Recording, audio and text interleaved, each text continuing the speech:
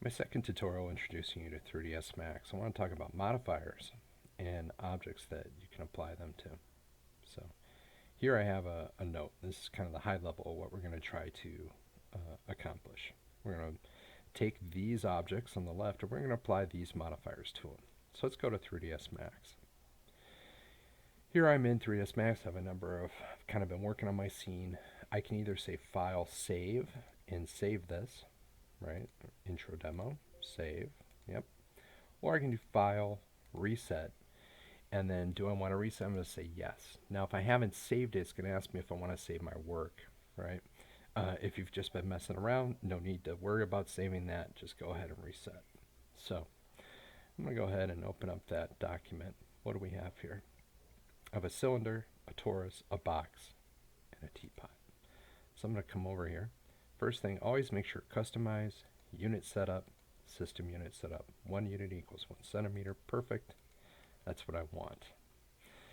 So let's make a box. I'm going to make a box using keyboard entry.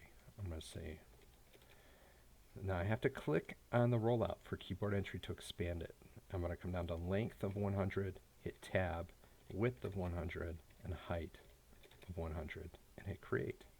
That makes this nice box.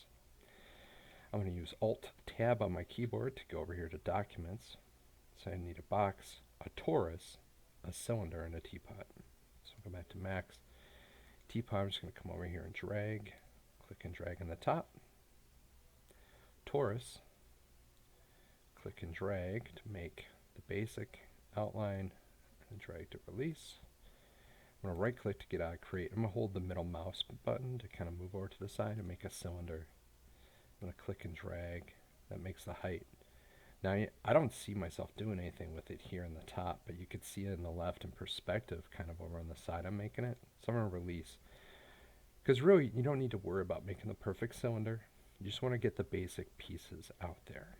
Alright, so I'm going to right click to get out of that mode and then hit Z here to zoom. Oops, I'm going to click in negative space on nothing selected and hit Z. So let's look. Cylinder, torus, box, and teapot. And those are the 4 items that we want. I'm going to click Z to zoom out in each view. Here in perspective, I'm going to come to default shading and go down and click on edged faces, which is F4 on your keyboard. Because I want to see the number of sides that make up these objects. So I have my objects. I may want this cylinder a little bit thinner. So I'm going to come over here to Modify. And under Parameters, under Radius, I'm just going to click in this little area and drag to make him a little bit thinner like this. Okay. The rest of these guys, they seem okay as they are. I may use my view cube to orbit around so I can see them a little better. Alright, so I'm in Modify now. And so Modify has a number of interesting things. Right? Over here in Modify, in addition to being able to select a primitive and see its parameters, there's also what's called a modifier list. So if I click inside here, it's going to show me everything that's available in the modifier list. And it's broken up into categories like selection, world space, and object space. And we're going to focus primarily on object space. You scroll down, you see there's a lot of them. Now we're just going to work on a couple simple ones that do very basic things. Let's go to Modify here. And so on the cylinder, we're going to put a bend. So select our cylinder. We're going to come in here and scroll down to Object Space and look for Bend. There it is. Now you can see there's this sort of orange bounding box on my cylinder. If I click on the spinner next to angle and drag it, you can see that that moves my object. So I'm going to just type in there 90. Right? So now I've kind of bent this guy 90 degrees. I'm going to go do now, what's great about the modifier panel is I could go back down to that cylinder and you have this pin, right? That pin's a stack. That's nothing that I've ever actually really used. I found that one to be kind of useful. Now this guy here though, show end results on off toggle. So if I turn right now, it's a glass and it's full and it's showing me everything that is ever going to happen in this. There's a bend. As soon as I turn that off, you see the cylinder in its natural state. Then I go to bend, it changes it. So it's great. You see how that icon is half empty. If I click on it, You can see that if I change my height segments, I'm going to type in 0, which just defaults to 1. You see that now I don't really see the bend anymore, right? Now if I go up to bend, you can see that there's this orange sort of guide showing me what's happening. And so by increasing, I'm going to click here and drag the number of height segments. By increasing the number of height segments, now the object is able to actually properly bend. And so that's why it's important to have edged faces on, so you get a sense of how complex your objects are. And making sure that there's enough geometry there, right? There's enough points on your object in order to get it to transform like this so that it can rotate. Or I'm sorry, so it can bend in this case. There's a lot more options. You can change the angle of the bend. You could change the axis of the bend. Like Y, you don't notice anything. X gets all kinds of weird. You can see it's still 90 degrees. It's just not the angle you want. We'll go back to Z, though. Let's take a look at another one. On the torus, we want to put a twist. So let's go ahead. We'll select that torus. Come in here, and you can actually type. You can type TW, and that's going to take us down to twist. And we click on that. So now if I crank up that angle, you see it's doing something. It's twisting the different segments around. It's kind of boring though, which is why we're going to use an angle change, right? You see how now that makes that look a lot more interesting. And all I'm doing is I'm just clicking on these arrows and dragging them. There's a bias, and the bias adjusts how much you see that effect happening, right? We'll just leave that at 0. So you could always change the angle on that. So sometimes the default, you're not going to notice anything, so you need to change it.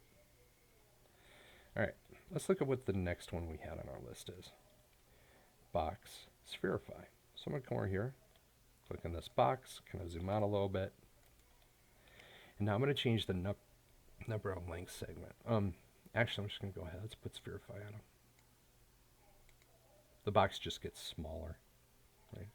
If I select the teapot and I put Spherify on it,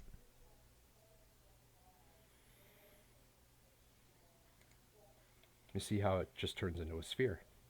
Now the difference between these two objects is the teapot is made up of many, many individual points, so it's able to go through and change like that. You could adjust that so it's kind of a gradual adjustment. I'm going to remove that using remove modifier from the stack. Now if I come over here to this box, remember I showed you on the cylinder, if I reduce the number of segments, right, if I go down here, I reduce the number of segments, you don't see anything really happening. You need to have more. So if I go to this box, if I go down in the stack, I increase the number of segments. Let's set this to just 3, tab 3, tab 3. You see that you now have this box. So maybe we'll increase that to 4, 4, 4. Now you actually can see that it's actually turning it into a box. And you can adjust the number of segments. You can kind of see how you have to have those segments out in there in order to actually see these changes take place in the objects. That's what the importance of the modifier exercise here is showing you, that sometimes you got to change it from the defaults. Sometimes you need to add additional segments to your models in order to get them to work. Let's see, what have we got for our teapot? Melt. So I put melt in here as an example, just to show you that it's not always going to be something as useful for modeling like bend or spherify or twist. Sometimes there's ones that are going to be more specific to get specific looks, and to be honest, are just kind of plain fun. Here's melt. As I increase the amount, you see the teapot just melts and pools out. Now you can change the type of melt. You can have it melt like glass. Glass melts differently. Right, jelly. Right, jelly's going to melt differently. Right, even plastic melts different from ice.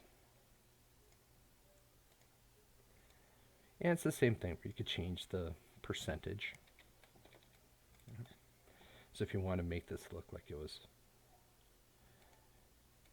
a glass teapot that had partially melted, well, maybe jelly's a little bit more interesting.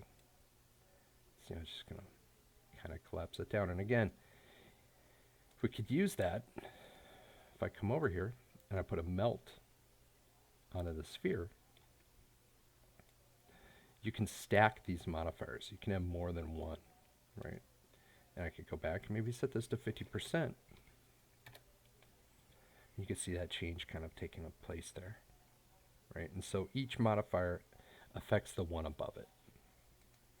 So that's kind of the point of modifiers, showing you that those exist, they're easy to get to, they're easy to access and work with inside of there. All right? And so that's a basic introduction to modifiers.